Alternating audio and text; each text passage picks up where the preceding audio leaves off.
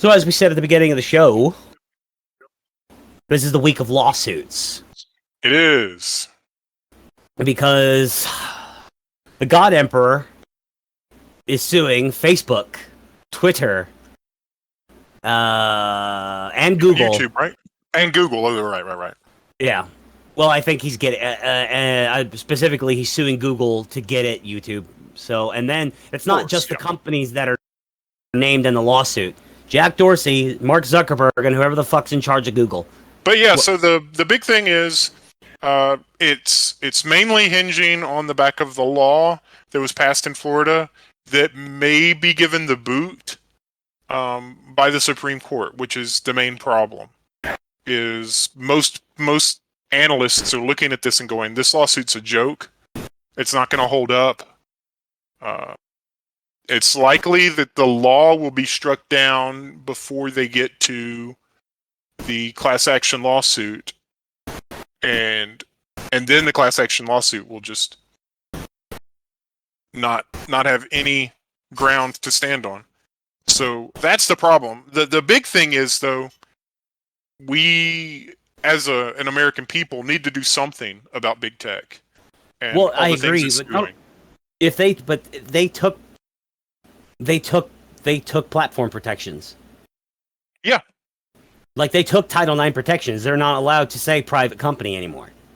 That's that's the point that Trump made, was that the moment you decide to take these Title IX protections, you're a platform, not a publisher. You're not allowed to do this anymore. You lose the ability to have editorial ability.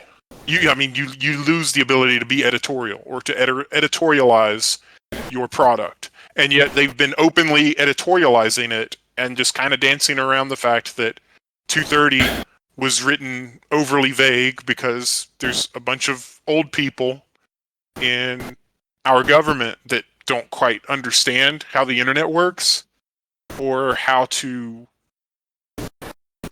build new laws and regulations around the internet. And so you get these situations where things are written mildly vague, and then, Google, Twitter, Facebook, they just grease enough palms in DC, and their gears get to turn, and they get to become, multi-billion-dollar companies.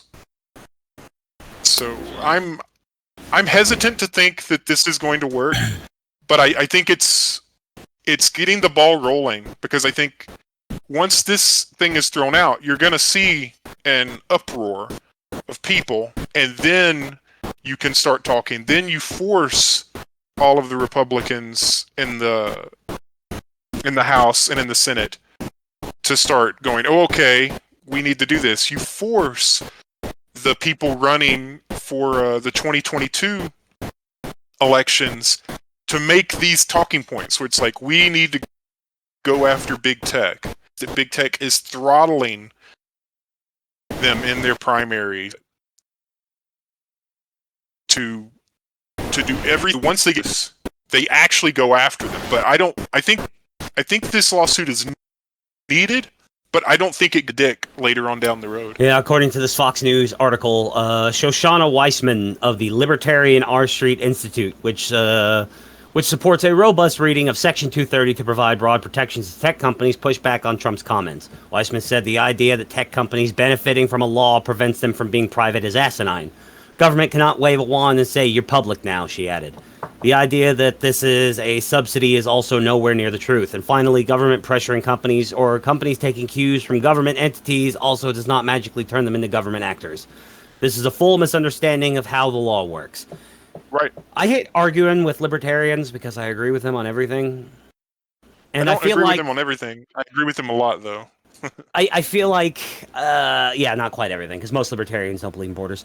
But, like I said, libertarian, it's like libertarian as we used it years ago doesn't mean what it used to now, and it didn't mean, even when we used it regularly, it didn't mean that, because originally it started off as more of a leftist thing. But yeah, like now, like I've been saying this for years, the term libertarian has just been co-opted by dipshit ANCAPs. And grifters. who know that, but yeah, dipshit ANCAPs who know that the word anarchy doesn't sell well to normies. Yeah. But yeah, but I mean, and I feel like under different, I even feel like under different circumstances, I'm just saying, but under different circumstances, I probably would agree that, this is probably an overreach, that, private companies do have the right to do things like this. But again, you can't have it both ways. If you're going to shield yourself behind Section 230, then you don't get to pull this shit. You don't get to censor people, but that, like,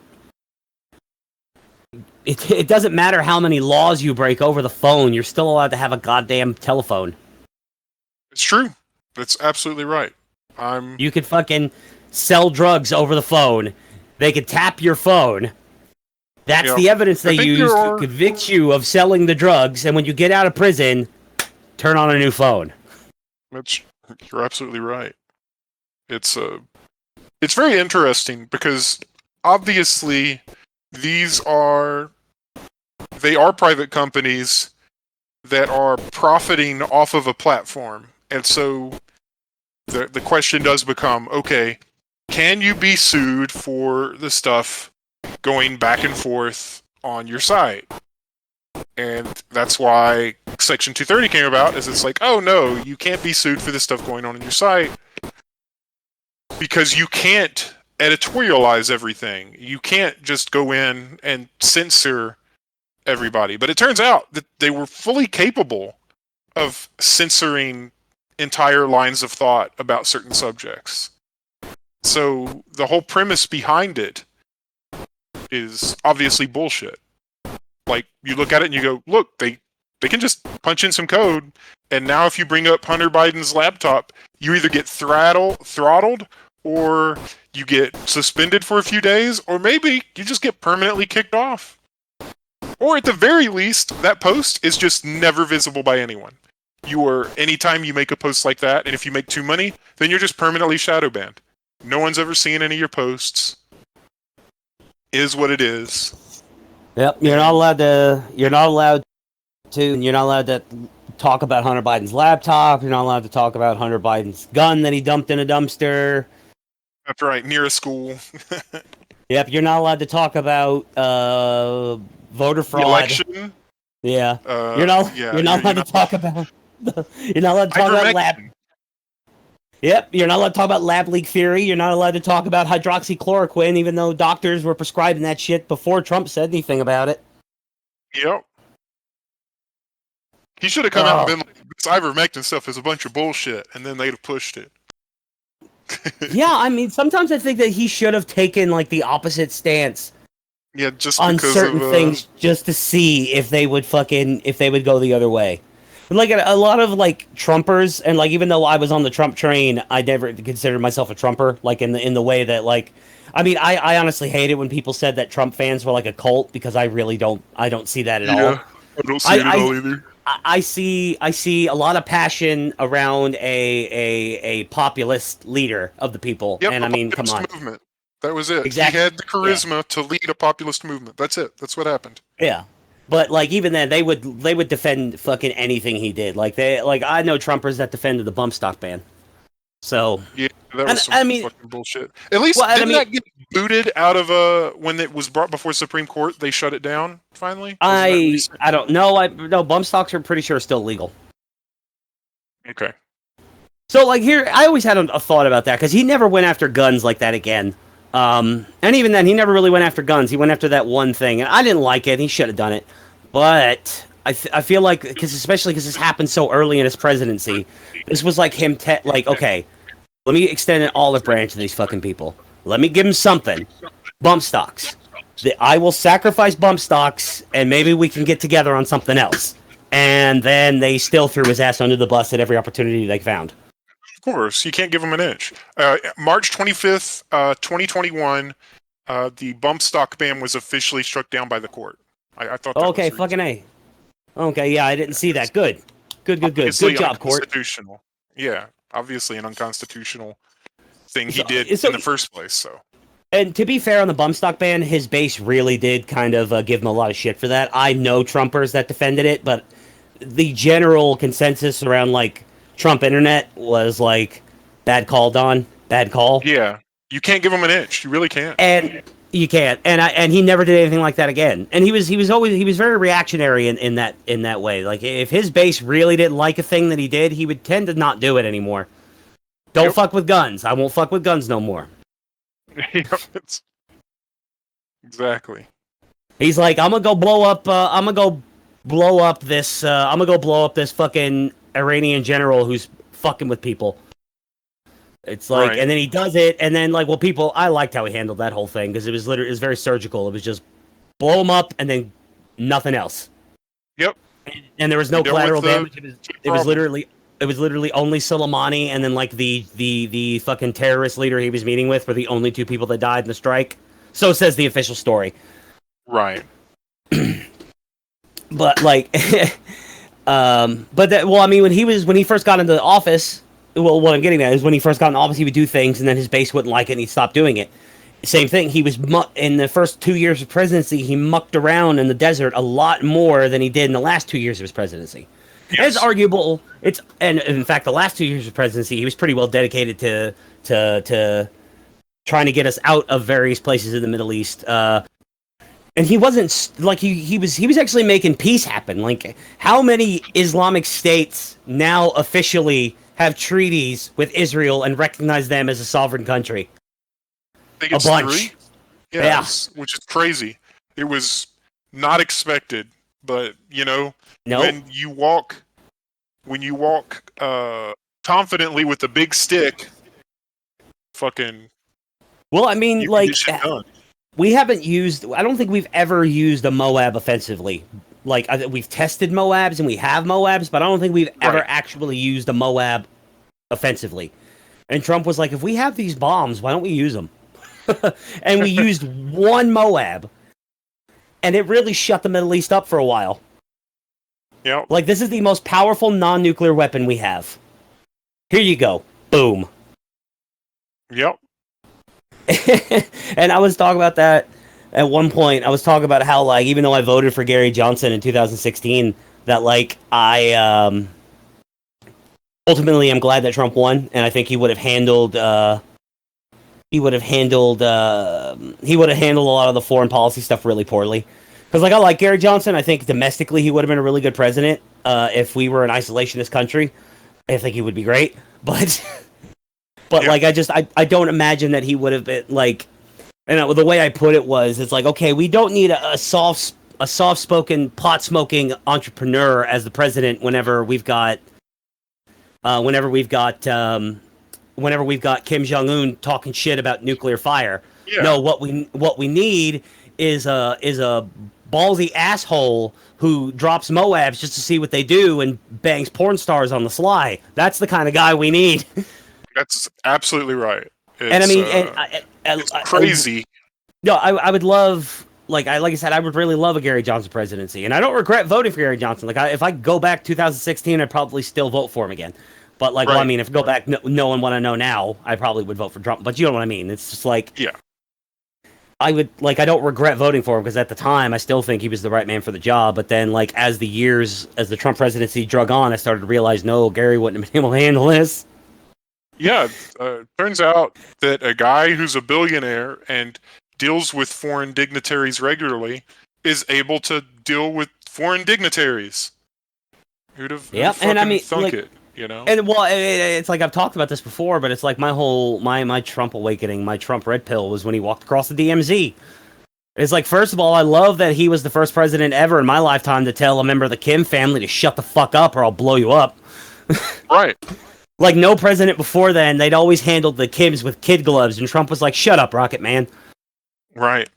And then he responded to that. He's like, okay, fine. Let's meet up and talk. And then there's that fucking famous image of fucking Trump walking across the DMZ and meeting Kim Jong-un and shaking his hand. And it's just like, how is this not a win? for him. And you know, the lefty, well, because literally everything. Well, I mean, just like the lefties, it's like literally everything he does is a fail to them. But like, Oh, yeah. this was a fucking historic moment. And if it had been any other president, if it had been literally any other president that did this, Can you imagine if Obama had done it? No, yeah, but I mean, even a Republican president. Like, let's go ahead and say that Ted Cruz was the president, right? Right. Ted Cruz had won, and then this happened with Ted Cruz, and he managed to get the same result. Ted Cruz ended up being the one who walked across the DMZ and shook Kim Jong-un's hand. Lion Ted, who I like Ted Cruz, by the way, but that's, you know, he has a reputation. But he would have been treated with more reverence for this achievement. Sure. Like, I say that wholeheartedly. Like, I really believe that. Like, he would have been like, well, you know, he got North Korea to back down, and now it looks like North and South Korea. And of course, then, you know, Trump came out and played hardball, and Kim said, no, I'm not giving up any of my nuclear weapons. So Trump said, okay, fuck you then. I'm going home. And don't fuck around, because I won't either. And then he stayed silent for the rest of Trump's presidency. Exactly right. And then he came out and mocked Biden because Biden's obviously weak. Yeah, I mean, everybody. Fucking Putin has mocked Biden. Xi has mocked Biden, and Xi is supposed to be his friend. Him and Xi are supposed to be buddies. Dementia. Biden obviously has dementia. Oh, he absolutely does. Here's the thing.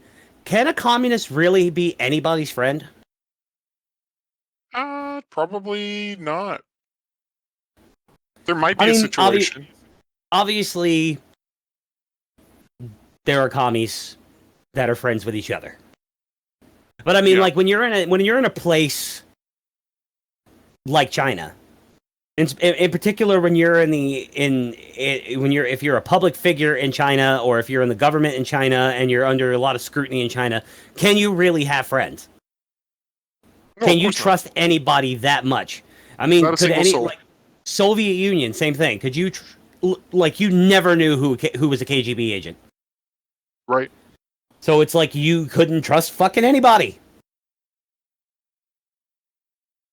Yep. So and you learn to talk in non-absolutes because you never know what's the wrong thing to say. That doublespeak, man. Orwell was a prophet. He was. He really did. He predicted pretty much all of this. Yep. So surreal as we go through all of this, and I've just been like, well, you know, since last November, after the election, it's all been so mad. Just absolutely crazy. Yeah, it's just like, okay, so we've got the Ministry of Truth, which is big tech, and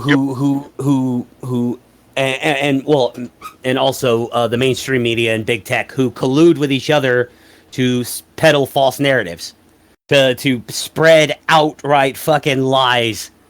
And they maintain these lies even in the face of the truth. When we have the literal truth, like we have the video evidence that X happened, these people still insist. No, this is the truth. This is how it happened.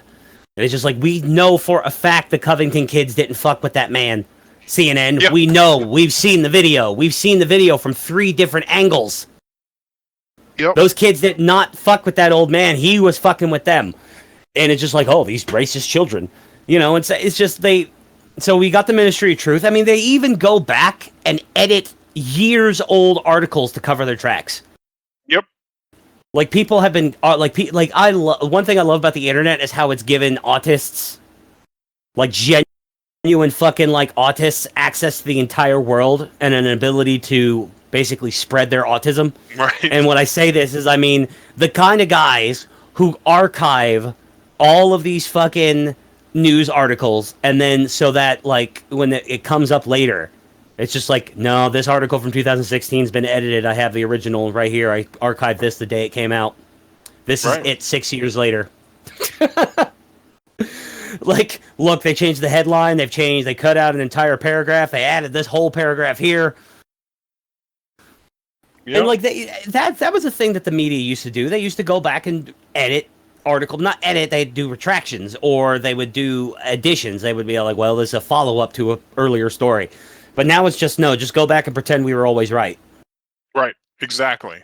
They have Winston's job from 1984, editing Yep. things. So that way, But yeah, because the past has to change with the present, you know? we've got double speak and double think, which double think is just double think is what it wasn't so much. I don't think double think was really a prediction that he made people were going to do. Is I think it's just something that people have been doing always. There's always idiots out there who can hold two contradictory opinions at the same time, and he's just observed that and just like, well, what would that look like if everyone did it?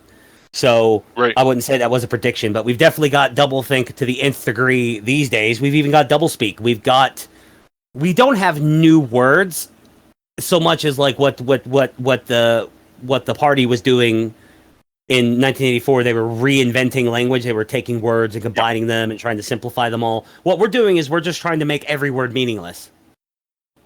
Man and More or woman, they don't less, mean and- anything. They don't mean anything anymore. Yeah, no shit. The big Like yeah, that's the just big the easy thing example.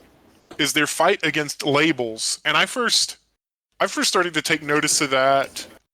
I want to say it was before Trump got elected, when I was watching or listening to a Joe Rogan podcast, and both Joe and the person he was talking to were talking about how they wanted to get away from labels because, you know, that makes things it puts people in a box. You don't want to put things in a box, and it's like, yes, you do.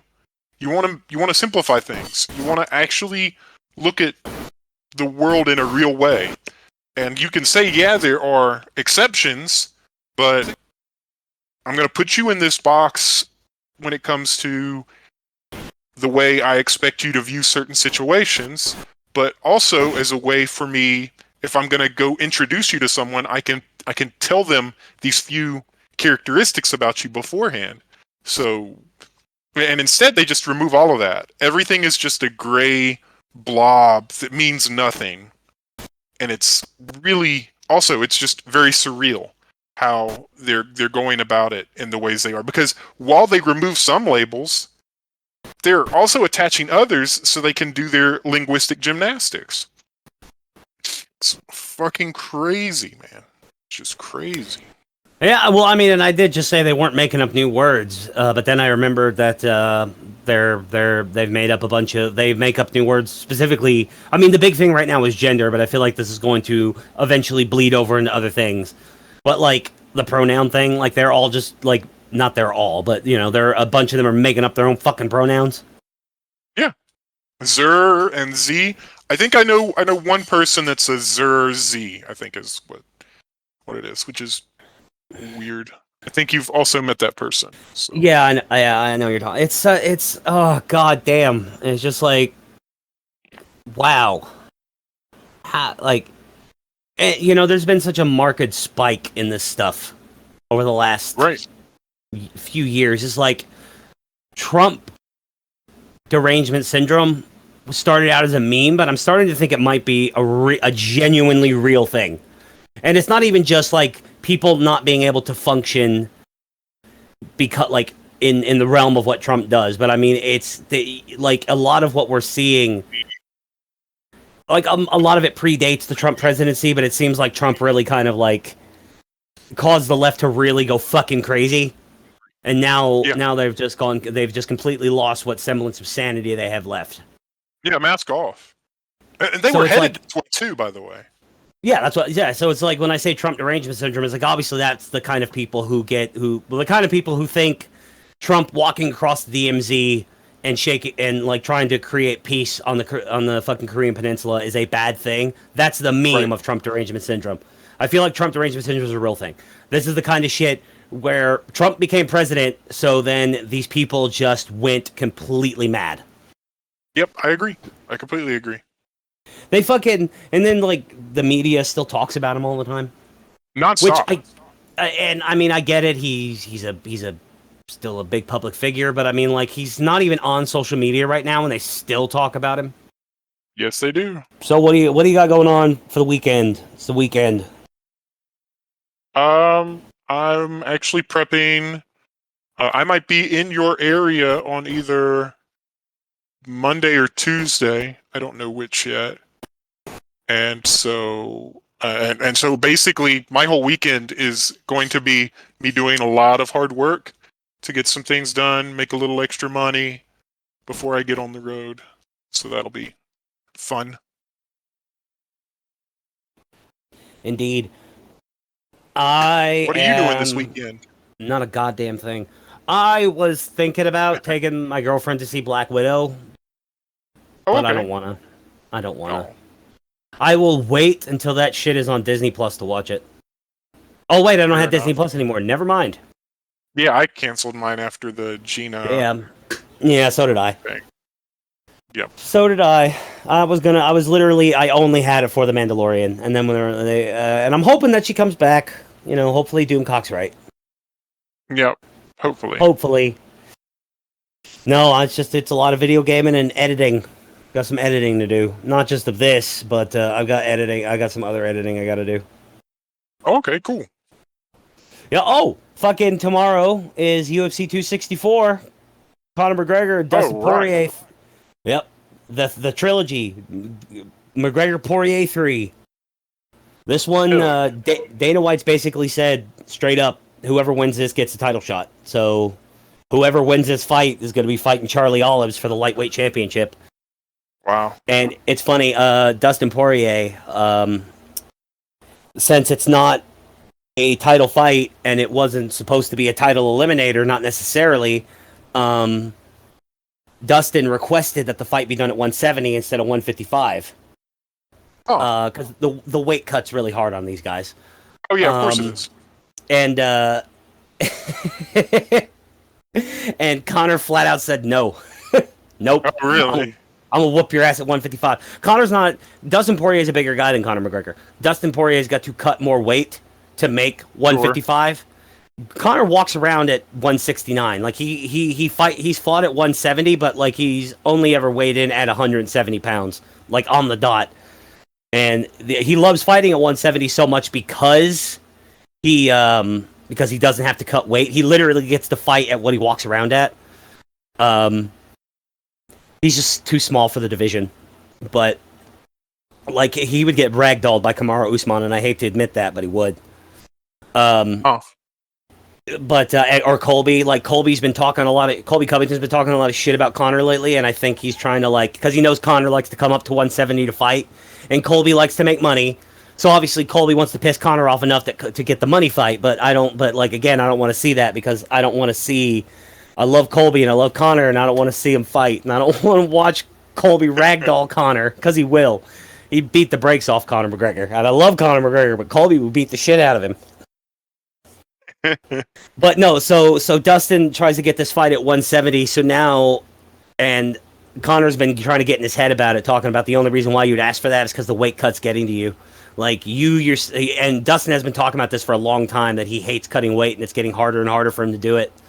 And Conor doesn't have to cut a lot of weight, so I feel like I'm not saying this is going to be a game changer, but I don't think Dustin Poirier is going to be so depleted from the weight cut that he's going to show up and gas out. But still.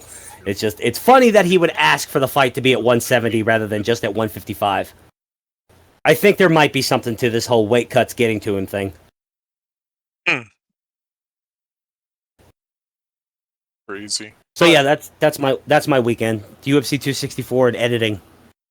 Yeah, I'll probably go to a local Hooters or B-Dubs, whoever's showing it, and might watch that because that's always a good time.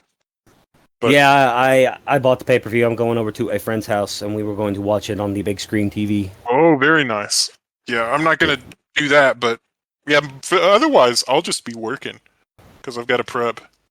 And then, yeah, once I know around when I'll be in your area, I'll let you know. So. Alrighty, well. But, that was an episode.